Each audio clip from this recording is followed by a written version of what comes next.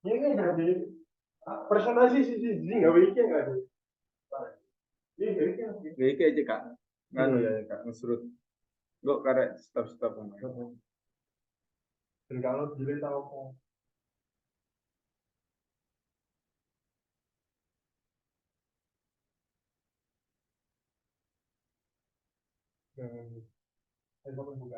Assalamualaikum warahmatullahi wabarakatuh.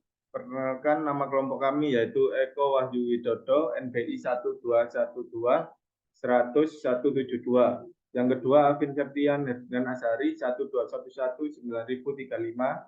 Yang ketiga Muhammad Solihuddin 1212 000 152. Yang mempresentasikan tentang PT Indofood Sukses Makmur Tbk. Pengertian dan tujuan informasi manajemen visualisasi. Sistem informasi manajemen atau SIM adalah sekumpulan proses data dapat diolah, dianalisis, dan ditampilkan agar data tersebut berguna untuk pengembalian suatu keputusan dan sangat berguna untuk menunjang serta mengendalikan operasi perusahaan. Bertujuan untuk mengumpulkan dan mengatur data dari berbagai tingkat perusahaan, meringkas, kemudian meningkatkan kualitas dari pengambilan keputusan untuk meningkatkan produktivitas perusahaan dengan basis komputer dan berupa lembar Excel atau platform yang lebih kompleks. Selain itu, data dapat diakses dan diolah secara internal maupun eksternal sehingga sistem informasi yang digunakan lebih efisien dan produktif. Sistem informasi manajemen menurut James A.F. Stoner. James A.F. Stoner memiliki pandangan bahwa sistem informasi manajemen merupakan suatu metode resmi yang digunakan untuk menjamin ketersediaan informasi yang tepat dan akurat serta up to date agar dapat segera digunakan untuk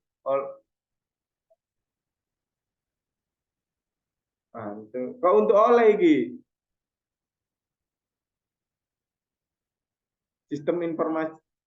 Sistem informasi manajemen menurut James A.F. Stoner. James A.F. Stoner memiliki pandangan bahwa sistem informasi manajemen merupakan suatu metode resmi yang digunakan untuk menjamin ketersediaan informasi yang tepat dan akurat serta up to date agar dapat segera digunakan oleh manajemen dalam melakukan analisis dan pengambilan keputusan. Diharapkan dengan sistem ini akan terjadi proses manajemen di dalam sebuah perusahaan yang berjalan lebih efektif. Sejarah PT Indofood Sumber Makmur Tbk. PT Indofood didirikan pada tanggal 14 Agustus 1990 dengan nama PT Pangan Jaya Inti Kusuma dan memulai kegiatan usaha komersialnya pada tahun 1990. Kantor pusat Indofood berlokasi di Sudirman Plaza, Indofood Tower, lantai 2 Jalan Jenderal Sudirman, Kavling 76 sampai 78, Jakarta 12910 Indonesia. Saat ini perusahaan memiliki anak usaha yang juga tercatat di Bursa Efek Indonesia seperti Indofood CBP Sukses Makmur Tbk dan Salim Infomat Pratama Tbk.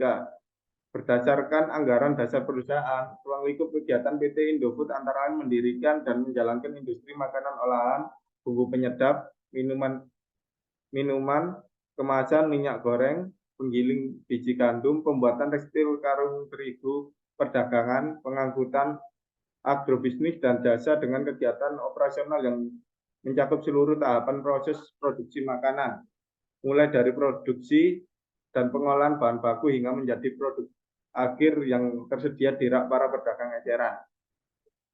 Sistem informasi PT Indofood. Sistem informasi yang digunakan oleh PT Indofood terbagi menjadi 4 bagian, yaitu yang pertama Executive Information System, yang kedua Decision Support System, yang ketiga Management Information System, yang keempat Transaction Processing System. Executive Information System atau EIS. Executive Information System adalah sistem berbasis komputer yang interaktif yang memungkinkan pihak eksekutif untuk mengakses data informasi sehingga dapat dilakukan pengidentifikasian masalah, pengeksplorasian solusi, dan menjadi dasar dalam perencanaan dan dalam proses perencanaan yang sifatnya strategis. Decision Support System. Decision Support System DSS adalah sebuah sistem informasi yang memiliki basis komputerisasi Sistem tersebut merupakan bagian sistem manajemen pengetahuan dan berperan untuk mendukung aktivitas pengambilan keputusan pada sebuah perusahaan atau organisasi. Adanya DSS ini mampu membantu perusahaan memecahkan masalah.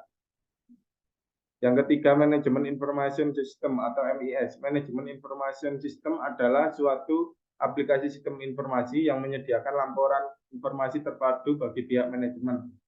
MIS dihasilkan dari beberapa database yang menyimpan data dari banyak sumber, termasuk di dalamnya Transaction Processing System atau TPS.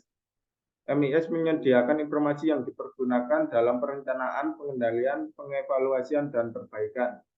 Transaction Processing System. Transaction Processing System adalah sistem yang menjadi pintu utama dalam pengumpulan dan pengolahan data pada suatu organisasi. Tugas utama TPS adalah mengumpulkan dan mempersiapkan data untuk keperluan sistem informasi yang lain dalam organisasi, misalnya untuk kebutuhan sistem informasi manajemen atau kebutuhan sistem informasi eksekutif. Selanjutnya akan dilanjutkan oleh kelompok saya yang selanjutnya.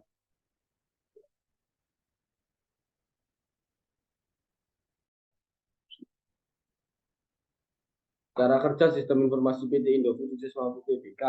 Yang pertama, komite audit. Misi komite audit adalah membantu Dewan Komisaris PT Indofood dalam menjalankan peran pengawasan dengan mengkaji laporan keuangan perseroan. Yang kedua, audit internal. Audit internal bertanggung jawab untuk mengevaluasi aktivitas sistem pengendalian internal Indofood, memastikan bahwa seluruh proses telah dilaksanakan sesuai dengan ketentuan dan tepat waktu.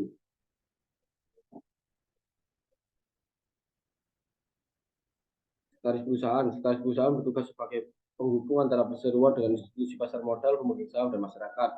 Yang kedua, manajemen operasional. Setiap manajemen operasional bertanggung jawab pada direksi atau setiap kegiatan operasional perusahaan, mengkoordinir kegiatan operasional serta sebagai penentu kebijakan operasional. Struktur organisasi PT Indofood: eksekutif, senior manager, middle management, workers. Kelebihan dan kekurangan PT Indofood khusus waktu TBK. Kelebihan: membantu dalam meningkatkan akurasi terkait penawaran dan permintaan konsumen di setiap area distribusi, menyediakan data atau informasi yang akurat untuk mengambil sebuah keputusan dan meningkatkan efisiensi biaya. Lebih lainnya yaitu meningkatkan penjualan distribusi informasi, meningkatkan kinerja usaha. Untuk kekurangannya sendiri, yakni kurangnya komitmen top manajemen, kurangnya pendefinisian kebutuhan perusahaan atau analisis strategi bisnis, catatnya proses seleksi software, kurangnya sumber daya manusia, infrastruktur, dan modal serta masih banyak lagi.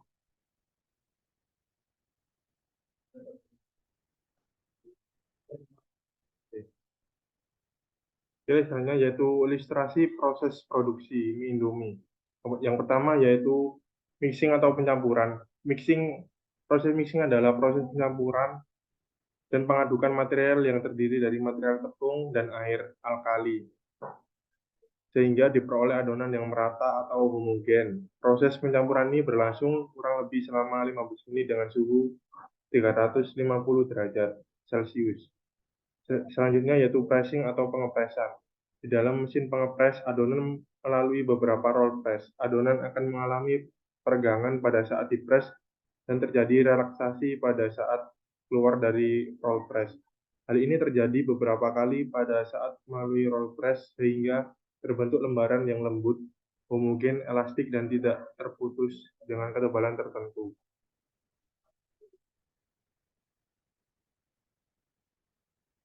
Selanjutnya yaitu cutting and folder atau pemotongan dan pencetakan. Pemotongan merupakan suatu proses memotong lajur mie pada ukuran tertentu dan melipat menjadi dua bagian sama panjang, kemudian mendistribusikannya ke mangkok penggorengan. Mie dipotong dengan menggunakan alat berupa pisau yang berputar. Selanjutnya yaitu frying atau penggorengan.